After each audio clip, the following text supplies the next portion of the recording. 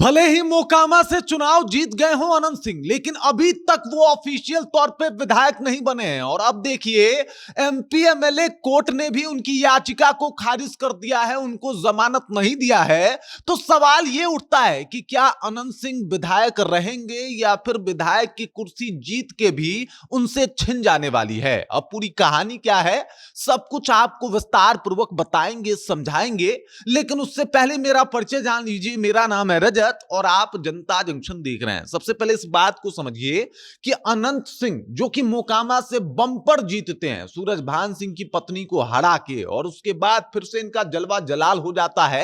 लेकिन मजे की बात यह है कि अनंत सिंह उस वक्त जो है वो जेल के भीतर रहते हैं। मामला वही दुलारचंद यादव वाला।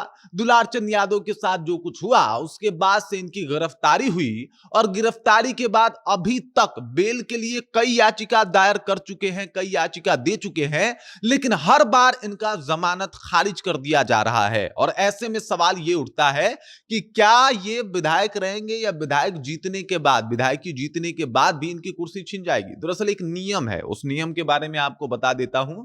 नियम यह है कि विधायक बनने के 6 महीना के अंदर अंदर अगर आप शपथ ग्रहण नहीं करते तो साहब आपकी कुर्सी जो है वो चली जाएगी। और ऐसे में मतलब 1 महीना तो लगभग होने को है और उसके बाद भी जो है ये अभी तक बाहर नहीं निकले हैं, ना ही इन्होंने शपथ ग्रहण किया है।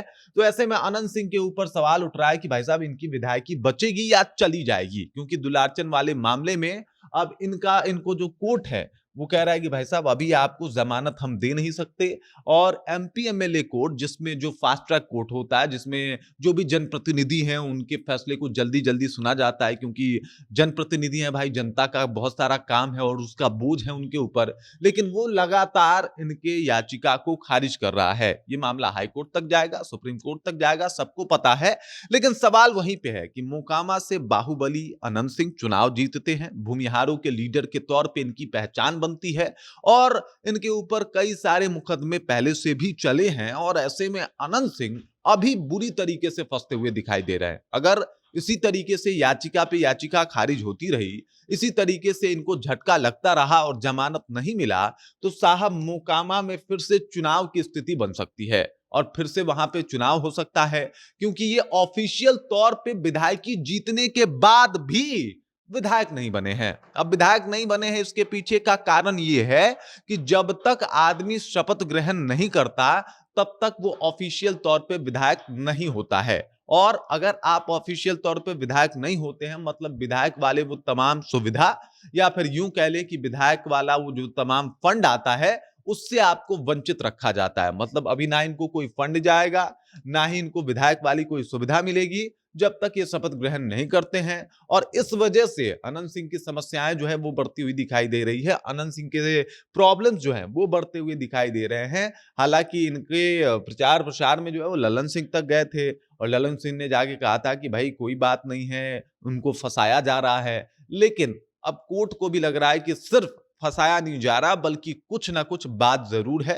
अनंत सिंह का उसमें यानी दुलारचंद वाले मामले में सीधा जो है कहीं ना कहीं एक उनका इन्वॉल्वमेंट पाया गया है और इसी वजह से कोर्ट लगातार इनके जमानत याचिका को खारिज किए जा रही है और इस वजह से अनंत सिंह की समस्याएं लगातार बढ़ती हुई दिखाई दे रही है। सवाल यह है कि क्या मोकामा में फिर से चुनाव होगा या फिर अनंत सिंह को जमानत मिल जाएगी और वो कम से कम अपना शपथ ग्रहण कर लेंगे। पूरी कहानी क्या है ये आप समझ चुके होंगे।